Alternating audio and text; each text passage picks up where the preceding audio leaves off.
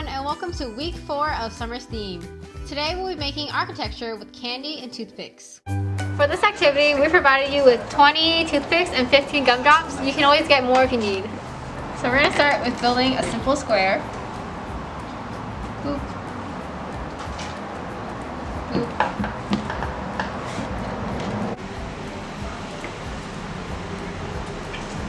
So now we got a simple square.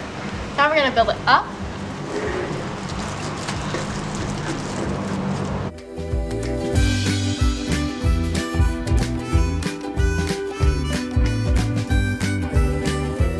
Connect these as well.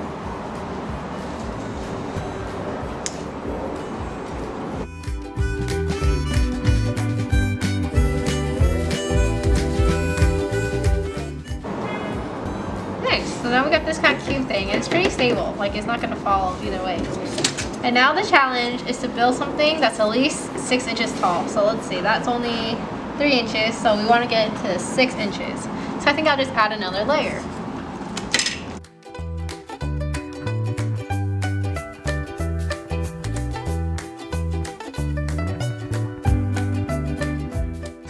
Right, so then this is actually still pretty stable.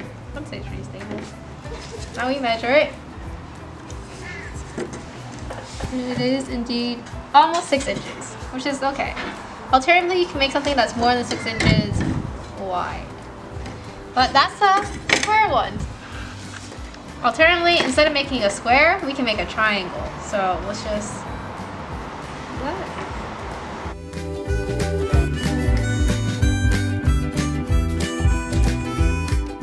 So this is going to be hard, but we're going to try and make it pop all the way there.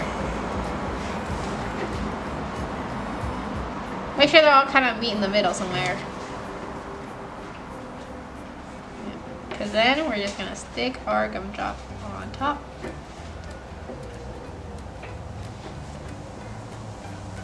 Okay, so now we have a pyramid looking thing. And you can move it, and actually I think it's more stable than the square, to be honest. Alright. So then,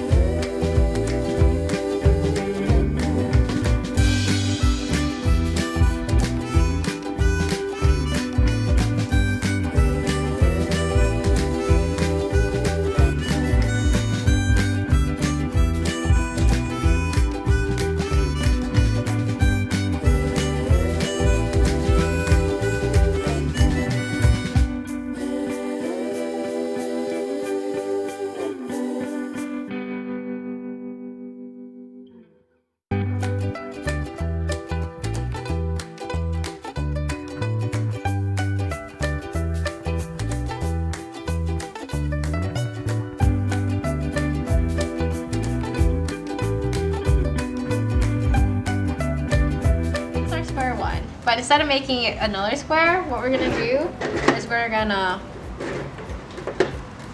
make it also into a triangle. So try to reach it all the way there and stick one on there.